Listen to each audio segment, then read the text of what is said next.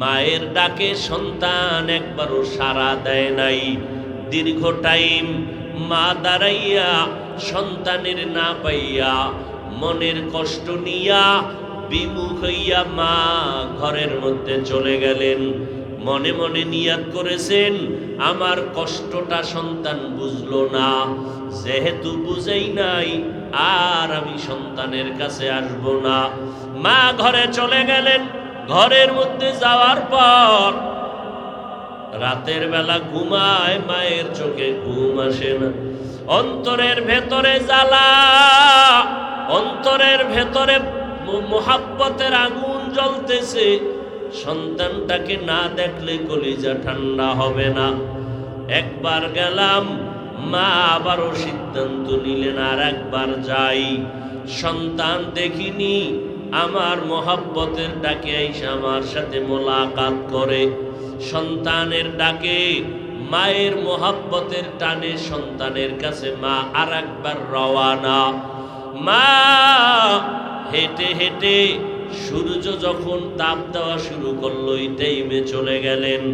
পাহাড়ের পাদদেশে যাইয়া মা আর একবার ডাক দিলেন, ও সন্তান, তুমি আমাকে সারিয়া ইবাদতের ময়দানে হাজির হয়েছো। আমি মায়ের অন্তরে কোনো দুঃখ নাই, তুমি ইবাদত করবা, আমি মায়ের কোনো বাধা নাই। তবে তুমি একবার একটু নিচে নেমে আসো। আমি মা তোমাকে না দেখে পাগলনির মতো হয়ে গেলাম। একবার আইসা আমাকে মা বলে ডাক দাও। আমি মায়ের চেহারাটা দেখো, আমি মা তোমার চেহারাটা দেখে কলিজা ঠান্ডা করব। দীর্ঘ টাইম আজ মা দাঁড়ায় দাঁড়ায় সন্তানের ডাকে। মায়ার নবীও চোখের পানি ছেড়ে কাঁদেন আর বলেন, ও সাহাবায়ে কেরাম, আজও মা যখন ডাকছেন, সন্তানটা আজও নামাজের মধ্যে দাঁড়ানো। ও সন্তানেরা, ভালো করিয়া শুনিয়া নাও, ওই মায়ের মোহাব্বত ভাষা নাই বুঝাবার মতো। আজকে তুমি যতই বাহাদুরি করো না কেন, টাকার মালিক, বাড়ির মালিক, গাড়ির মালিক হয়ে গেছো, সম্মানের চেয়ারের মালিক, একবারও কি চিন্তা করছো রে বাবা? এই সম্মান, এই টাকা, এই বাড়ি গাড়ি, এগুলো কিছুই তোমার বাহাদুরি না, সব হলো দুঃখিনী মায়ের চোখের পানি আর মা বাবার দোয়ার কারণে। ওই মা বাবার দোয়া যদি না থাকতো, তুমি সম্মানের চেয়ার পাইতা না, টাকা পয়সা বাড়ি গাড়ির মালিক হতে পারতা না। আজকে অনেক সন্তানের কারণে মা বাবা চোখের পানি ফেলে কত কান্না কাঁদে। ওই সন্তান টাকা পয়সা পাইয়া মা চিনে না, বাবাও চিনে না। ওই সন্তান টাকা পয়সার মালিক হইয়া মা বাবার খোঁজ খবর রাখে না। ও সন্তান, ওই মা যদি একবার দুঃখ করিয়া বরদোয়া করে, তোমার কপাল নষ্ট হয়ে যাবে। ও সন্তানেরা, ওই মা বাবাকে কষ্ট দিও না। মিনাশ শাইতানির রাজিম।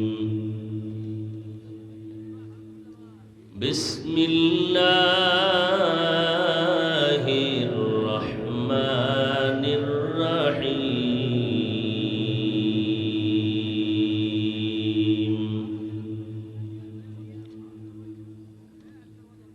ইয়া আইয়ুহাল্লাযীনা আমানু কু আনফুসাকুম ওয়া আহলিকুম নারা وقودها الناس والحجارة عليها ملائكة غلاظ شداد لا يعصون الله ما أمرهم ويفعلون ما يؤمرون।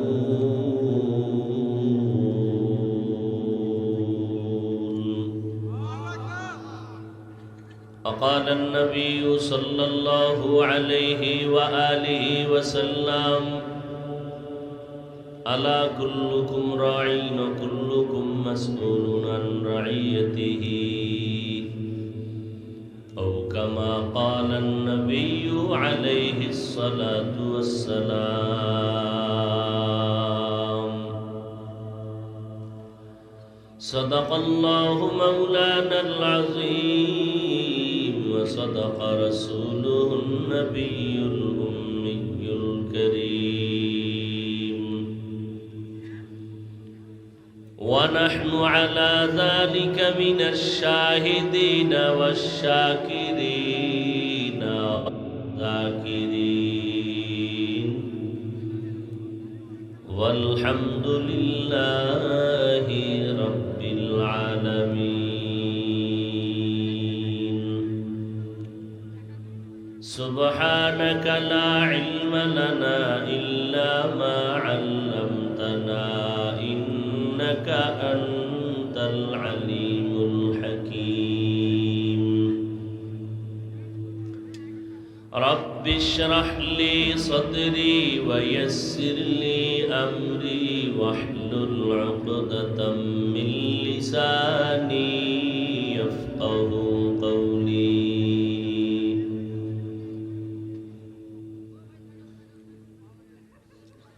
نگاہ مومن سے تو بدل جاتی ہے تقدیر، نگاہ مومن سے تو بدل جاتی ہے تقدیر. یہ بندہ کی قوت نہیں قدرت کا اشارہ،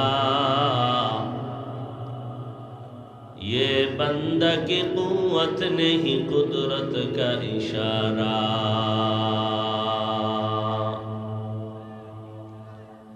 اے مرد خرد ترک معاصی کی ضرورت، اے مرد خرد ترک معاصی کی ضرورت. اب صحبت صالح کی سوا کوئی نہیں چارہ، اب صحبت صالح کی سوا کوئی نہیں چارہ.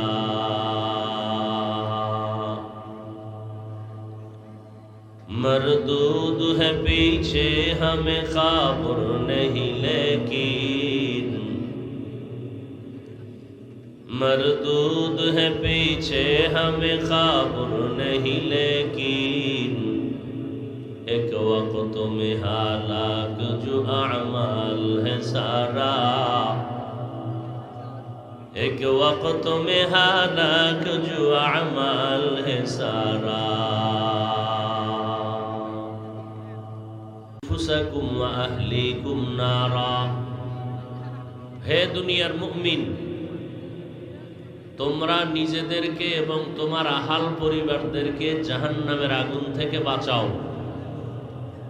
ওয়াকুদুহান নাসু ওয়াল হিজারা, কারণ মানুষ আর পাথর হবে জাহান্নামের ইন্ধন। আলাইহা মালাইকাতুন গিলাযুন শিদাদুন লা ইয়াসুনাল্লাহা মা আমারাহুম, ওই জাহান্নামে দায়িত্বে যারা নিয়োজিত ফেরেশতা, আল্লাহ বলেন এরা কঠোর অন্তরের মালিক হবে, শক্ত অন্তরওয়ালা। ওয়ায়াফআলুনা মা ইউমারুন, আল্লাহর আদেশের বাহিরে তারা কিছুই করবে না, বরং আল্লাহ যা হুকুম করবেন ওই আদেশ তারা পালন করবেন। নবীজি বলেন আলা কুল্লুকুম রাঈন ওয়া কুল্লুকুম মাসউলুন আন রাইয়াতিহি, সাবধান হে উম্মত, তোমরা প্রত্যেকেই দায়িত্বশীল। আল্লাহর দরবারে দায়িত্বের কারণে জবাবদিহিতার কাঠগড়ায় সকলকেই হাজির হতে হবে। নবীজি হাদিস যখন সাহাবায়ে কেরামদেরকে শুনাইলেন, সাহাবায়ে কেরামদের মধ্য থেকে কেউ প্রশ্ন করলেন, হে রাসূল করিম সাল্লাল্লাহু আলাইহি ওয়াসাল্লাম, কে কার উপরে দায়িত্বশীল? নবীজি বললেন, যার অধীনে যারা বসবাস করে অধীনস্থদের জন্য কর্তা বা গার্ডিয়ান দায়িত্বশীল। যেমন সন্তান পিতামাতার অধীন, মা বাপ সন্তানের দায়িত্বশীল। স্ত্রী স্বামীর অধীন, স্বামী স্ত্রীর দায়িত্বশীল। ছাত্র শিক্ষকদের অধীন, শিক্ষকগণ ছাত্রদের দায়িত্বশীল। একজন মেম্বার ওয়ার্ডের মানুষের দায়িত্বশীল। মসজিদের ইমাম খতিব মুসল্লিদের দায়িত্বশীল। একজন চেয়ারম্যান ইউনিয়নবাসীর দায়িত্বশীল। সরকার গোটা দেশবাসীর দায়িত্বশীল। ওলামায়ে আহলে হক গোটা উম্মতের দায়িত্বশীল। আর একজন সাহাবায়ে কেরামদের মধ্য থেকে প্রশ্ন করলেন, ইয়া রাসূলুল্লাহ, আমার অধীনে কেউ নাই, আমিও কারো অধীনে নেই, আমার দায়িত্ব কি? নবীজি বললেন, আপনি আপনার অঙ্গ প্রত্যঙ্গের দায়িত্বশীল। কিয়ামতের ময়দানে আল্লাহ অঙ্গ প্রত্যঙ্গের হিসাব নেবেন। দুটো হাত দিয়েছেন, দুটো পা দিয়েছেন, দুটো চোখ দিয়েছেন, আল্লাহ এগুলো অনর্থক দেন নাই। কিয়ামতের দিন আল্লাহ এগুলোর জবাব নেবেন, হিসাব নেবেন। মানুষ আযাবের ভয়ে, শাস্তির ভয়ে মিথ্যার আশ্রয় নিবে। তখন আল্লাহ জবানকে বন্ধ করে বলবেন, হাত কথা বলো, পা কথা বলো। اليوم نختم على أفواههم وتكلمنا أيديهم وتشهد أرجلهم بما كانوا يكسبون دست گوید من چونی دزدیده ام، لب گوید من چونی بوسیده ام، چشم گوید چیده ام غمزه حرام، گوش گوید چیده ام سمر الکلام। জবানকে আল্লাহ বন্ধ করে দিবেন, হাতকে বলবেন, হাত কথা বল। হাত আল্লাহর সামনে কথা বলা শুরু করবেন। ও দয়ার মালিক, দুটো হাত তুমি দিয়েছো যেই ডিউটি করার জন্য, তোমার বান্দা সে ডিউটি করে নাই। হাতের দ্বারা মানুষের কল্যাণে ব্যবহার করবে, এই হাত দ্বারা মানুষের পক্ষে কাজ করবে, মা বাবার কল্যাণে কাজ করবে, এই হাতের দ্বারা কোরআন ধরে ধরে পড়বে। বান্দা হাত দিয়া অন্যায়ের দিকে হাতকে প্রসারিত করেছে, হাতের দ্বারা অন্যায়ের কল্পনা করে মানুষের ক্ষতি সাধনে হাত ব্যবহার করেছে। হারাম জিনিস হাত দ্বারা ধরেছে, নাপাক জিনিস হাতের মাধ্যমে স্পর্শ করেছে। আল্লাহ বলবেন, পা কথা বলো। আল্লাহর অর্ডারে পা কথা বলবে, চোখ কথা বলবে। ও দয়ার মালিক, দুটো চোখ তুমি দান করেছো, মা বাবা দেখবে সওয়াব, এই চোখ দিয়া আলেম দেখবে সওয়াব, এই চক্ষু দিয়া কোরআন দেখে দেখে পড়বে সওয়াব, এই চোখের দ্বারা তোমার ঘর বাইতুল্লাহ দেখবে সওয়াব, তোমার কুদরত দেখবে সওয়াব। কিন্তু বান্দা এই চোখের দ্বারা ভালো কিছু দেখে নাই, বরং সারাটা রাত মোবাইলের দিকে তাকাইয়া তাকাইয়া কবিরা গুনাহ করে করে রাত কাটিয়েছে, ঘুমায় নাই। আল্লাহর আদালতে সব অঙ্গ প্রত্যঙ্গ কথা বলবে। আল্লাহ পাক এগুলোর সাক্ষী শুনিয়া তারপরে বান্দার ফয়সালা দিবেন। আল্লাহ তাআলা সাক্ষী ছাড়া ডাইরেক্ট কারো ব্যাপারে কোনো রায় পেশ করবেন না। আল্লাহ পাক বলেন, ও দায়িত্বশীলেরা, তোমাদের যার উপরে যত দায়িত্ব আছে পালন করো। ত্রুটি যদি করো, হাসরের ময়দানে পার পাওয়ার কোনো উপায় নাই। কারণ হাসরের মাঠ ইনসাফের বিচারের মাঠ। ওয়াত্তাকু ইয়াওমান তুরজাউনা ফীহি ইলাল্লাহ সুম্মা তুওয়াফফা কুল্লু নাফসিন বিমা কাসাবাত ওয়া হুম লা ইউজলামুন। ভয় করো ওই দিনের কথা যেই দিন আল্লাহর আদালতে সবাই হাজির হতে হবে। আল্লাহ ওই দিন কারোর সাথে কোনো জুলুম করবেন না। যার যতটুকু পাওনা ইনসাফের সাথে আল্লাহ তাকে তা দিয়ে দিবেন। আল্লাহ দিতে গিয়া কোনো গরিমসি করবেন না, কোনো বাহানা করবেন না, দ্রুত দিয়ে দিবেন। আল ইয়াউমা তুজজা কুল্লু নাফসিন বিমা কাসাবাত লা যুলমাল ইয়াউম ইন্নাল্লাহা সারিউল হিসাব।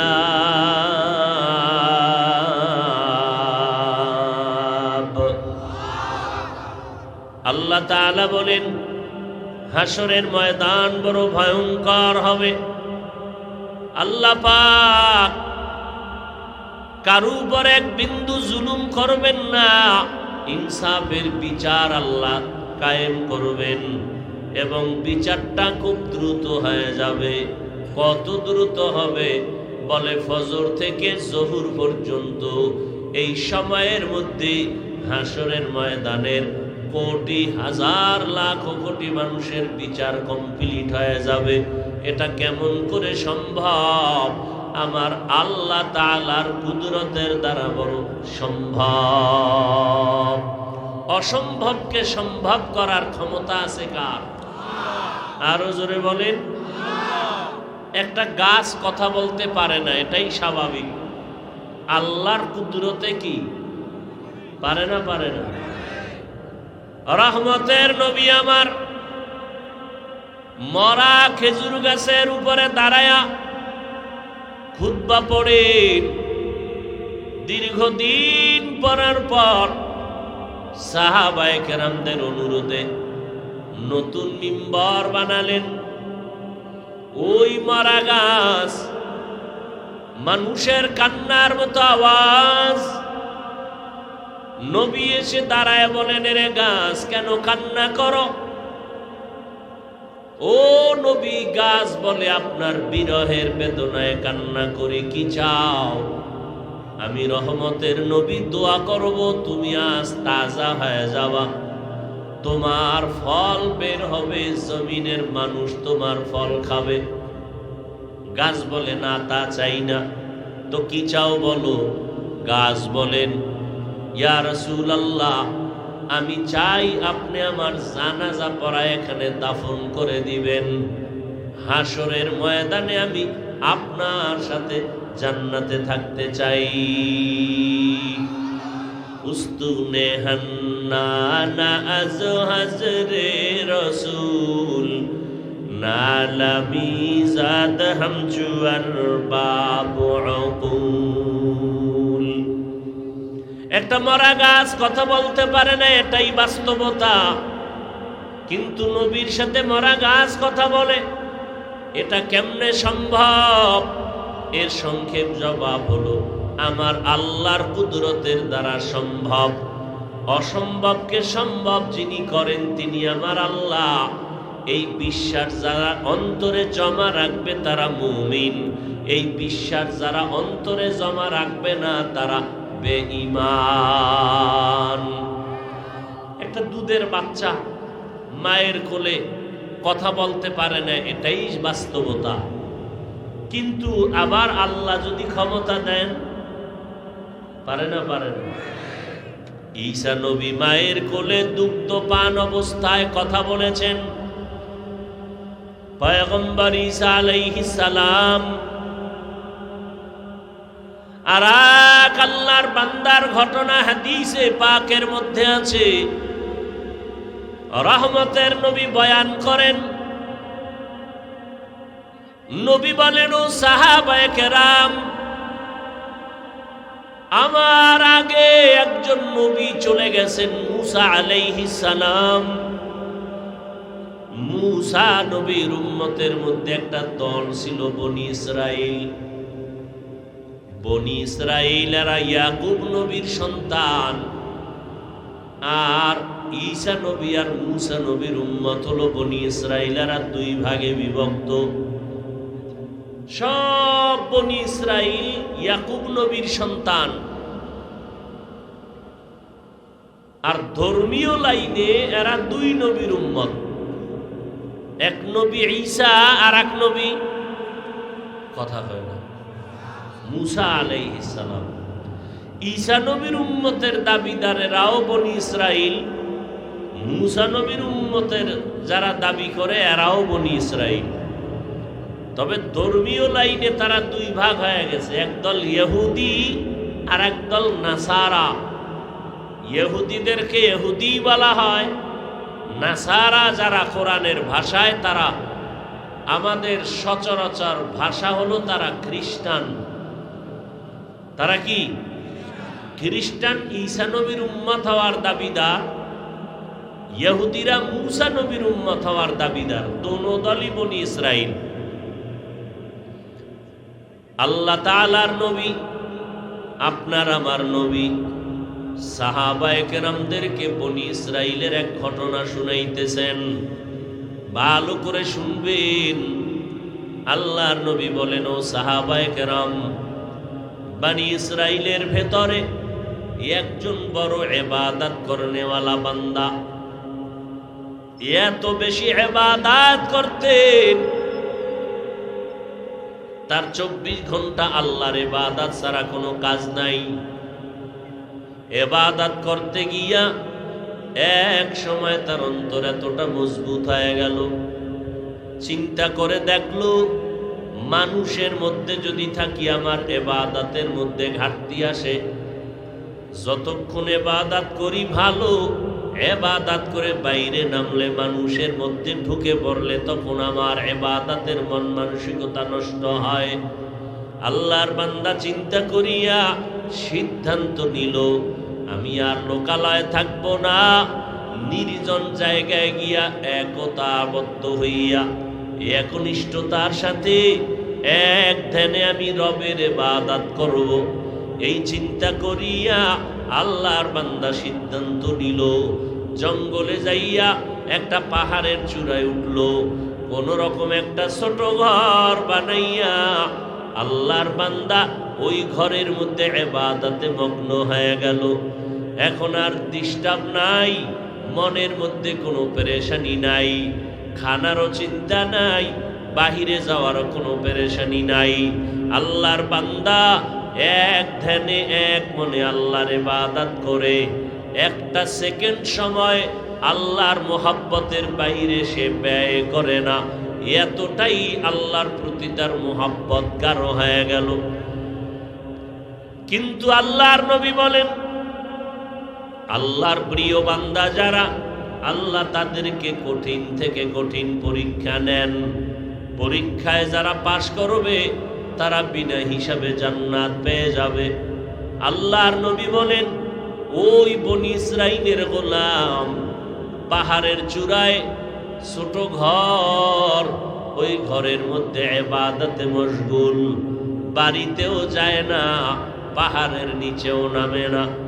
কিন্তু ঘরের ভেতরে একমাত্র মা দুঃখিনী,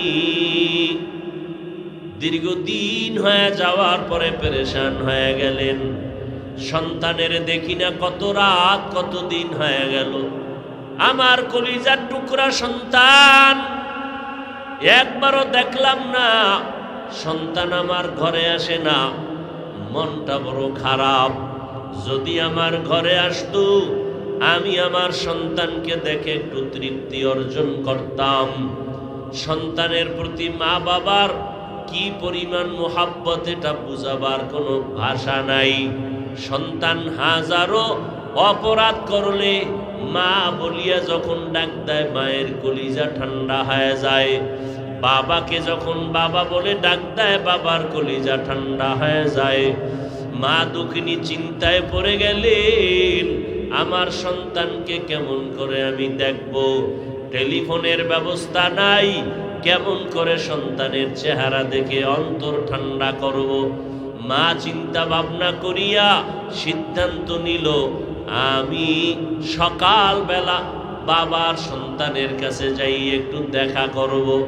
যদিও আমি মহিলা মানুষ, ওই পাহাড় বেয়ে চূড়ায় উঠতে পারবো না, তবে যদি আমি পাহাড়ের নিচে বৈশা আমার কলিজার সন্তানটাকে একটু মোহাব্বতে ডাক দেই, আমার সন্তান যদি এসে একটু দেখা দেয়, আমার কলিজা ঠান্ডা হয়ে যাবে। মা চিন্তা ভাবনা করিয়া সিদ্ধান্ত নিয়ে নিল, সূর্যের প্রখর তাপ বাড়তেছে, সকাল দুপুরের আগ মুহূর্তে মা সন্তানের মোলাকাতের জন্য একা একা রওনা হয়ে গেলেন। পাহাড়ের পাদদেশে যাইয়া পাহাড়ের চূড়ার মুখটা উঠাইয়া, রোদের তাপ, সূর্যের আলো, উপরে তাকানো যায় না, হাত দিয়া চোখের উপরে পর্দা লাগায় তারপরে উপরে তাকাইলেন। আমার নবীও সাহাবায়ে কেরামদেরকে এইভাবে দেখাইলেন। সন্তানের মা ওই পাহাড়ের নিচে বসে সন্তানকে সম্বোধন করে ডাকলেন, ও বাবা, তুমি পাহাড়ের চূড়ায় আসো, আমি মা তোমার বিরহের বেদনায় হাজির হয়ে গেলাম, একটু সময়ের জন্য তুমি আমাকে দেখা দাও, ইবাদতে আমার কোনো বাধা নাই।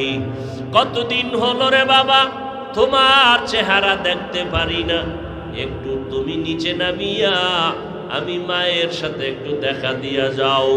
প্রচন্ড রোদের গরমে মা অনেকবার ডাকাডাকি করলেন, সন্তানকে এমন সময় মা ডাকলেন যেই সময় সন্তানটা নামাজের মধ্যে দাঁড়ানো। সন্তান চিন্তায় পড়ে গেল, আমি এখন আমার মালিকের মোহব্বতের বন্ধনে আবদ্ধ, আমার আম্মাজান ডাকতেছেন, আমি আমার মাওলার ডাকে দাঁড়াইয়া থাকবো নাকি মায়ের ডাকে সাড়া দিয়া নিচে চলে যাব। চিন্তা ভাবনা করিয়া সন্তান সিদ্ধান্ত নিল, আমি আমার মাওলার ডাকের মোহাব্বত থেকে আমি আলাদা হব না। সন্তান নামাজে দাঁড়াইয়া আল্লাহর মোহাব্বতে মশগুল হয়ে দাঁড়ায় রইল। মায়ের ডাকে সন্তান একবারও সাড়া দেয় নাই। দীর্ঘ টাইম মা দাঁড়াইয়া সন্তানের না পাইয়া মনের কষ্ট নিয়া বিমুখ হইয়া মা ঘরের মধ্যে চলে গেলেন। মনে মনে নিয়াত করেছেন, আমার কষ্টটা সন্তান বুঝলো না, যেহেতু বুঝেই নাই আর আমি সন্তানের কাছে আসব না। মা ঘরে চলে গেলেন। ঘরের মধ্যে যাওয়ার পর রাতের বেলা ঘুমায়, মায়ের চোখে ঘুম আসে না। অন্তরের ভেতরে জ্বালা, অন্তরের ভেতরে মোহাব্বতের আগুন জ্বলতেছে। সন্তানটাকে না দেখলে কলিজা ঠান্ডা হবে না।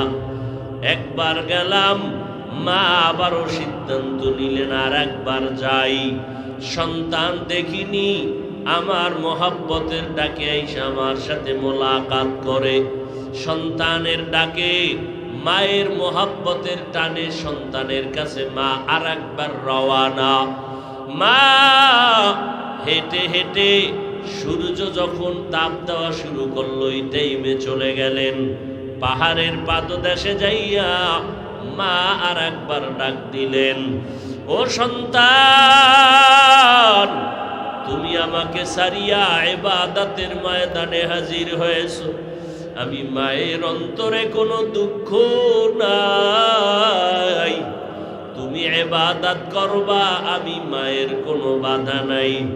তবে তুমি একবার একটু নিচে নেমে আসো, আমি মা তোমাকে না দেখে পাগলনির মতো হয়ে গেলাম।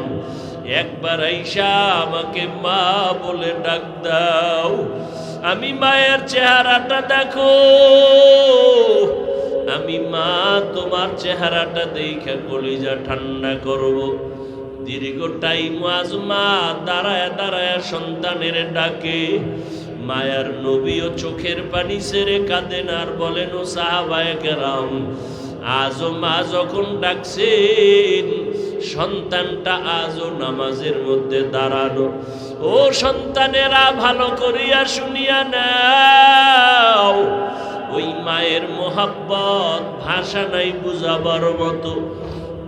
আজকে তুমি যতই বাহাদুরি করো না কেন, টাকার মালিক, বাড়ির মালিক, গাড়ির মালিক হয়ে গেছো, সম্মানের চেয়ারের মালিক, একবারও কি চিন্তা করছো রে বাবা?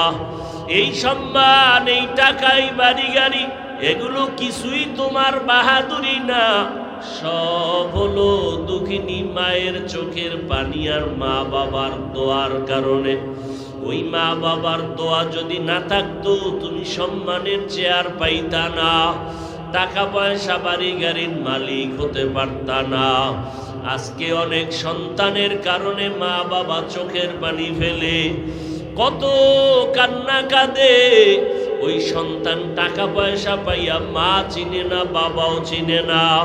ওই সন্তান টাকা পয়সার মালিক হইয়া মা বাবার খোঁজ খবর রাখে না। ও সন্তান, ওই মা যদি একবার দুঃখ করিয়া বরদোয়া করে, তোমার কপাল নষ্ট হয়ে যাবে। ও সন্তানেরা, ওই মা বাবাকে কষ্ট দিও না। আজও সন্তানের মা পাহাড়ের নিচে দাঁড়াইয়া সন্তানটাকে ডাকতেছেন। হাদিসে পাকে আমার নবী বনি ইসরাইলের ঘটনা শুনাইতেছেন। সন্তান আজও নামাজে দাঁড়ানো, চিন্তায় পড়ে গেল, নামাজের ভিতরে দাঁড়াইয়া আমি আমার মাওলার ডাকের সাড়া দিব না মায়ের ডাকের জবাব দিব। সন্তান সিদ্ধান্ত নিল, আজও আমি মাওলার ডাকের সাড়া থেকে পিছনে যাব না। মা যতই ডাক দেখ না কেন, আমি মায়ের ডাকে সাড়া দিব না। আজও মা সূর্যের গরমে দীর্ঘ টাইম কষ্ট করে দাঁড়াইয়া সন্তানের সাড়া না পাইয়া মা কষ্ট নিয়ে বাড়ির মধ্যে রওয়ানা। বিদায় বেলা যায় আর বলে, ও সন্তান, তুমি ইবাদত করো, আমি মা চলে গেলাম, আর তোমারে আমার প্রয়োজন নাই রে বাবা। মা কষ্ট নিয়ে বাড়ি চলে গেলেন। দুদিন তিন দিন কিন্তু মায়ের অন্তরে মানাইতে পারে না। সন্তানের কথা যখনই মনে পড়ে, মা অঝোর দাঁড়ায় কান্না করে। ও দয়ার মালিক, ওই সন্তানের তো বুঝাইতে পারি না আমি মায়ের মনে কত কষ্ট। এইবার মা শেষ আর একবার সিদ্ধান্ত নিলেন, আমি এই শেষবারের মতো আবার যাব, সন্তানের গিয়া কলিজা ভরে ডাকবো। সন্তান দেখিনি শেষবারের মতো আমার মোহাব্বতে আইসা সাড়া দেয়। তৃতীয়বারের মতো মা ঘর থেকে বের হইয়া রওয়ানা। ও যুবক বাবারা, ভালো করিয়া বুঝো, আজকে চিন্তা করিয়া দেখো না রে বাবা, ওই মায়ের অক্লান্ত কষ্টের বিনিময়ে আজকে তুমি পরীক্ষায় ভালো নাম্বার পেয়েছো। ওই মা বাবার চোখের পানি আর দোয়ার কারণে তুমি আজকে লেখাপড়ায় পাশ করেছো। আজকে তোমার এত সম্মান মা বাবার দোয়ার কারণে রে বাবা। অথচ সন্তানের একটু ভাবিয়া দেখো, এই বয়সে মা বাবাকে কত কষ্ট দিয়েছো, মা বাবারে কত ধমক দিয়েছ। ও সন্তান, কপাল যদি ভালো করতে